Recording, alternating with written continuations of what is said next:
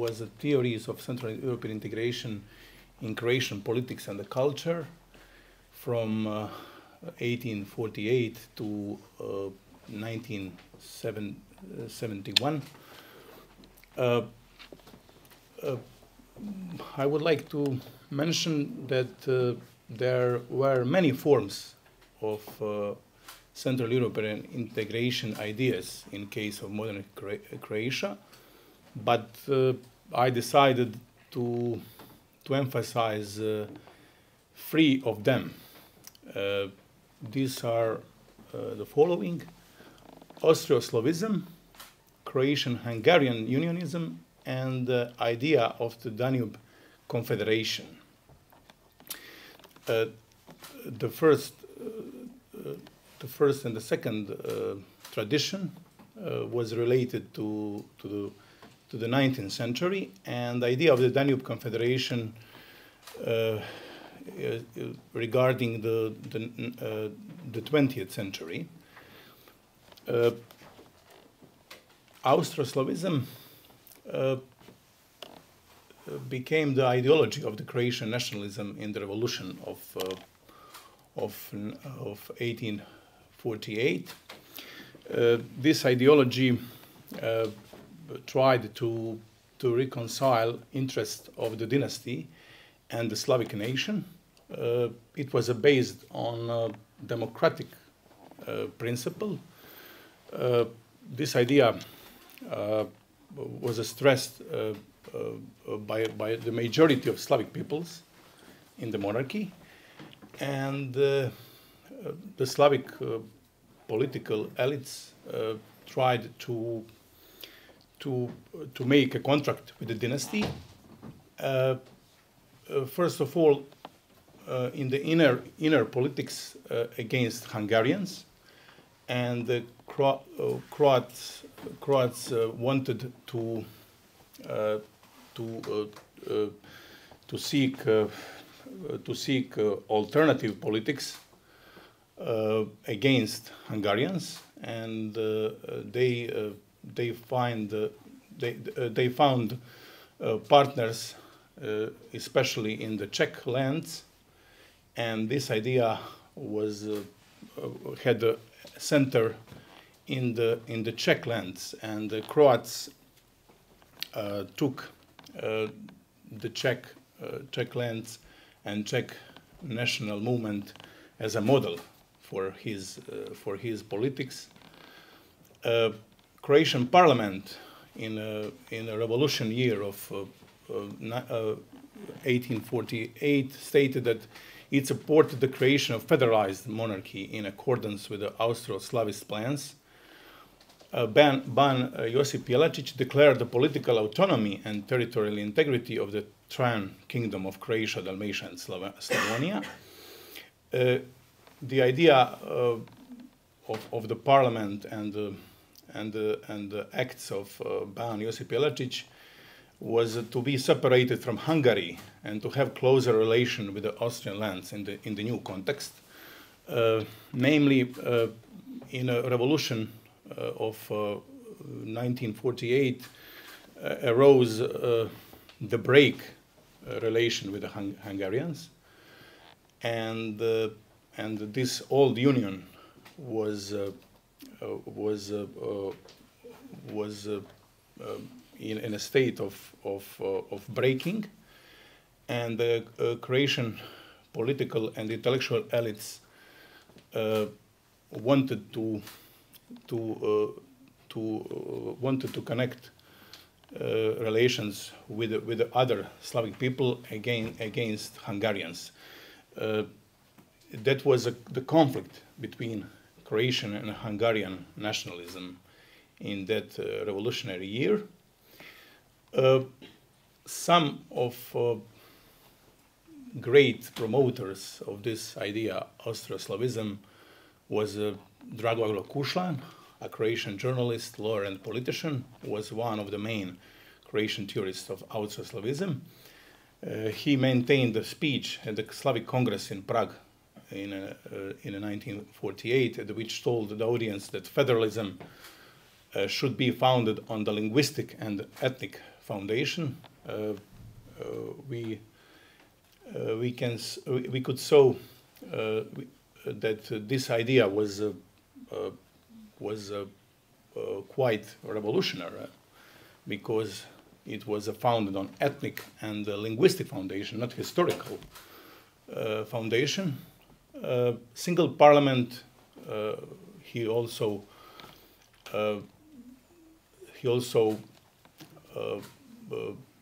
tried to seek single parliament for the monarchy and the common affairs of the army, foreign trade, and the finances.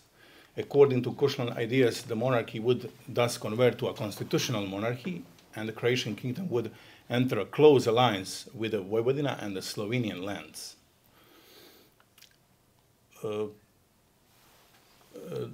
One another main promoter of this idea was Josip Strossmayer.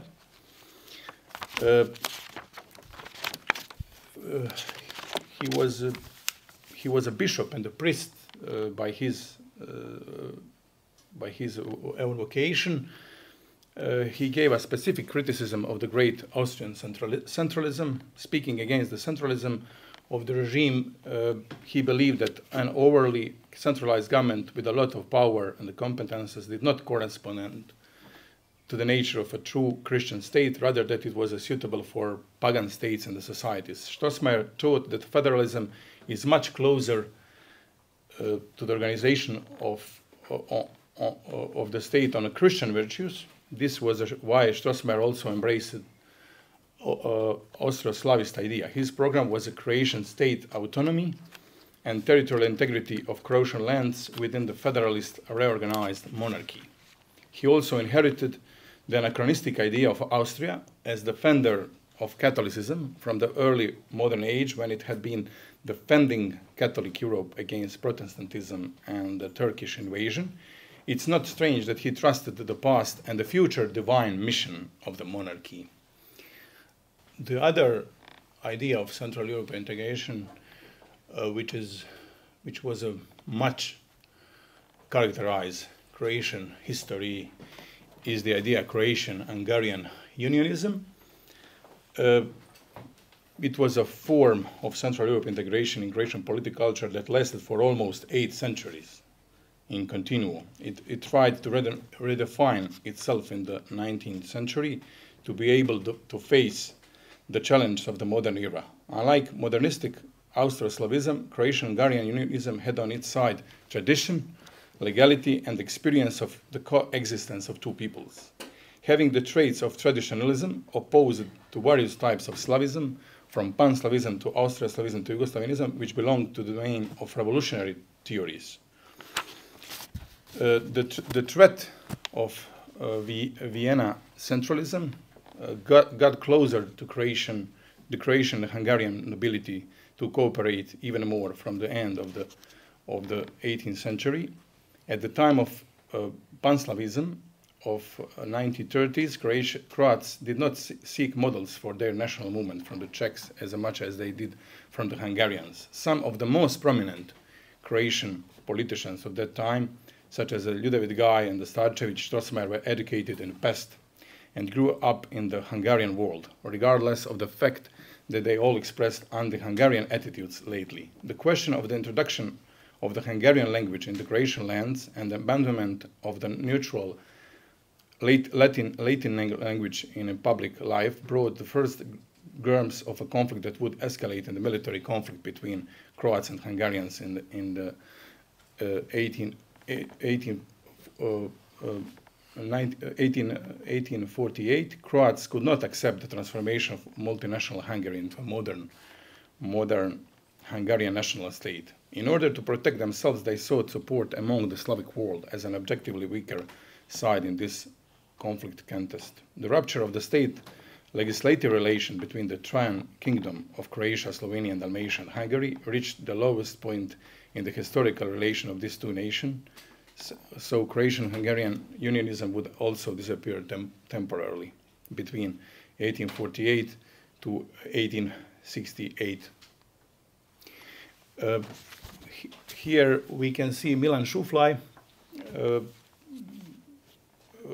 he was the last significant messenger of the Magyarophile tradition of Croatian politics. No one before him defended this political tradition with such a sophisticated intellectual level as this nobleman by origin and the distinguished historian. He was trying to find a symbiosis of the Croatian-Hungarian state so that the two would continue to live in a common state, even if the monarchy were to collapse. Šuflaj's ideas about Hungarian-Croatian Federation were never realized after 1918, but regardless of that, his role in the formulation of Croatian nationalism of an anti-Yugoslav orientation in the interwar period remains indisputable. Šuflaj, along with the Pilar and the Starčević, left a great influence on the interwar Croatian intelligentsia, both the older generation that rejected Yugoslav idea and the young generation that had just formed since 1928. The Hungarian historian Josef Bajza belonged to this Šuflaj circle. He was a colleague and a friend of Šuflaj, and one of the best experts of Croatian history in Hungary at that time. Bajza was inspired by Šuflaj, so he was dealing with the South Slavic, Croatian, and the Montenegrin question. Bajza and Šuflaj were like-minded historians and public intellectuals. Both expressed regret for the collapse of the Croatian-Hungarian Union. Critical of his own national policy, Bajza believed that the Hungarians supported the push of Croats into Yugoslavia and the alliance with Serbia.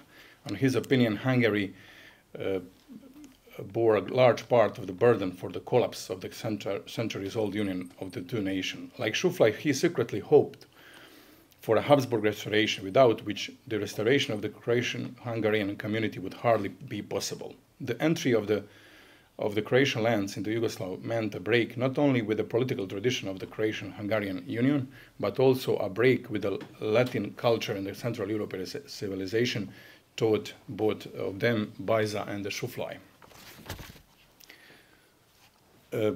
The idea of the Danube Confederation was appearing in the 20th century. Aspiration towards broader Central Europe integration did not disappear even in the 20th century, although they were no longer at the center of the main discussion of Croatian politics. The main debate concerned the creation of an independent Croatian state on the one hand and the maintenance of a common Yugoslav state on the other hand. It should be said that many advocates of an independent Croatian state were more or less open to integration with the Central European sphere, but which could not be said for the advocates of the Yugoslav state union.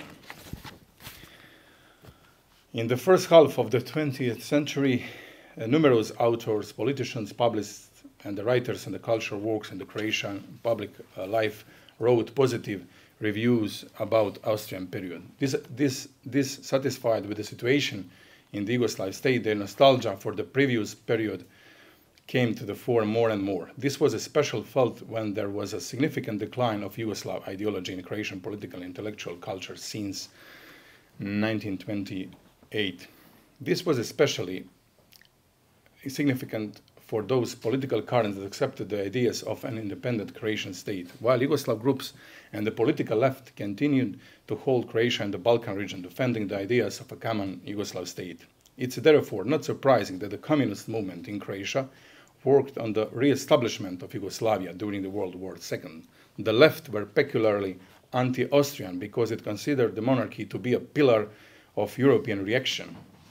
So all ideas about restoration were rejected in advance as a conservative and reactionary ones. Such a confederation would also stop the penetration of communism into the European continent, which did not suit the Stalinist and the Sovietophile Croatian and Yugoslav communists. As a leading figure of the Marxist intelligentsia in Croatia and Yugoslavia, Miroslav Kljaić played a major role in the articulation of the anti-Austrian and anti-Habsburg discourse and everything that came from it. Kljaić's opus was impregnated for the most part on the demonization of the Habsburg monarchy, which later became an important methodology in Croatian culture and historiography during Tito's Yugoslavia.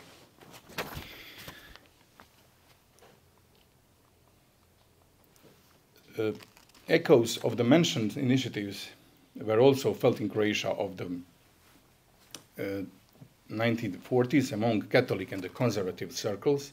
Those circles stood silently in opposition to Ustasha's regime in the independent state of Croatia and were critical of the unquestionable alliance with the Hitler Germany. As they were anti-communist, they couldn't even join the partisan movement. After all, they were also against the restoration of the Yugoslav state, knowing very well that Croatia wouldn't be an independent state in a post-war Europe. They hoped for this solution of making the Danube Confederation, to which Croatia would join as a member. Thus, the program of the Danube Confederation seemed to be the ideal way out of the situation in regard to the threat of Soviet penetration, the installation of communism, and the reconstruction of Yugoslavia. After penetrating of the Soviets into Central Europe and the coming to power of Tito's communists in Croatia and Yugoslavia, they brought the idea of the Danube Confederation to political emigration. Vinko Krišković, a professor of law at the University of Zagreb, found himself in emigration after 1948. Before the dissolution of the monarchy, adhered to the trialist conception whereby all the Croatian lands, Dalmatia and Bosnia and Herzegovina with the Croatian and the Slavonia, would be gathered in one special unit separate from Austrian Hungary. Later, he oriented himself towards the idea of an independent Croatian state. That was why he supported an independent state of Croatia in the war. In the post-war times, he wrote his political testament, to which he emphasized that once again it was shown what a political failure was the destruction of the monarchy for Europe and how the Central Europe became a victim of the neighboring superpowers. He placed the burden of guilt on America for the disappearance of the monarchy, so believed that it owed a moral and a political debt to the nation of Central Europe. For that reason, the Americans was obliged to correct mistakes and to get the Central European nation out of the power of Soviet communism. In the restoration of the Central European Confederation, to which Croatia would join in, Krišković was looking for a way out for Croatian national freedom and a wide bulwark against communism under the leadership of the United States of America. Ivo Lendić was also a promoter of this idea, was a Catholic writer from Croatia, who emphasized that the war victors should consider the history and the culture of Central and Southeast Europe when arranging the borders of the new Europe. He objected to British foreign policy regarding the Yugoslav case. It was known to have been built on two different Western and Eastern cultural traditions, and as such was unsustainable. According to Lendić, the reconstruction of Yugoslavia is a pure British interest without considering the historical and cultural context. Just like Krišković, he accused the Americans and the British of being responsible for the penetration of the Red Army, even into Vienna, the heart of Central Europe. Lendić was familiar with the Otto von Habsburg initiative in America, expected direction of the American side. That was why he pointed out that the Americans could restore the Danube Confederation within the borders of the Austro-Hungarian monarchy. This gave the last hope that the Croatia could get rid of the alliance with Serbia. Lendić expected a new war between America and the Soviet Union, which would eventually lead to the collapse of Tito's Yugoslavia. In such conditions, Croatia should become an integral part of a wide area, from Kaunas to Kotor, a kind of restoration of the Danube monarchy, which would include Hungary, Poland, Croatia, Slovenia, Bavaria, and the Catholic circle gathered around Vienna. To conclude, ideas of Central Europe integration characterized Croatian political culture in the 19th and the 20th centuries. In particular, it was relevant in the period when the Croatian lands were part of the monarchy before 1918. Croatian-Hungarian unionism and their state law alliance, with its great and long tradition, was the true expression of Croatian Central Europe integration throughout almost all Croatian history. Austro-Slavism was supposed to be the Croatian nationalist response to Hungarian nationalism and the inspiration to completely subjugate the Croatian position to Hungary in modern times. As there was a considerable resistance to the Yugoslav state union in Croatia in the 20th century, many members of the Croatian political intellectual elites was dreaming about the return of Croatia to the Central European region. The right-wing, national, and the conservative political spectrum was in favor of such a direction, while the liberal and the left-wing spectrum saw Croatia and Yugoslavia and the Balkan integration. Thus, in the last century, Croatian politics and the culture, no less, was strongly divided between Central European and Yugoslav or Balkan integration. The idea of the Danube Confederation appeared on the margins of the World War II in the Croatian public. Catholic and the conservative circles sought to exit from Yugoslavia and the creation of anti-communist bloc of states on the Baltic-Adriatic vertical, which would be established against the Soviet Union and international communism. When this did not happen, Croatian immigration continued to closely reflect the Central European area to follow the national movements of Hungarians, Poles, Czechs. Despite the communist dictatorship, they hinted at imminent change and the victory of the rich and the vital national tradition over the communist utopia. Interestingly, after the collapse of the Eastern Bloc in Yugoslavia in the 90s, democratic Croatia did not join Central Europe integration in the form of the Visegrad Group, despite the existence of positive historical tradition in the Croatian politics and culture towards this type of integration. Thank you for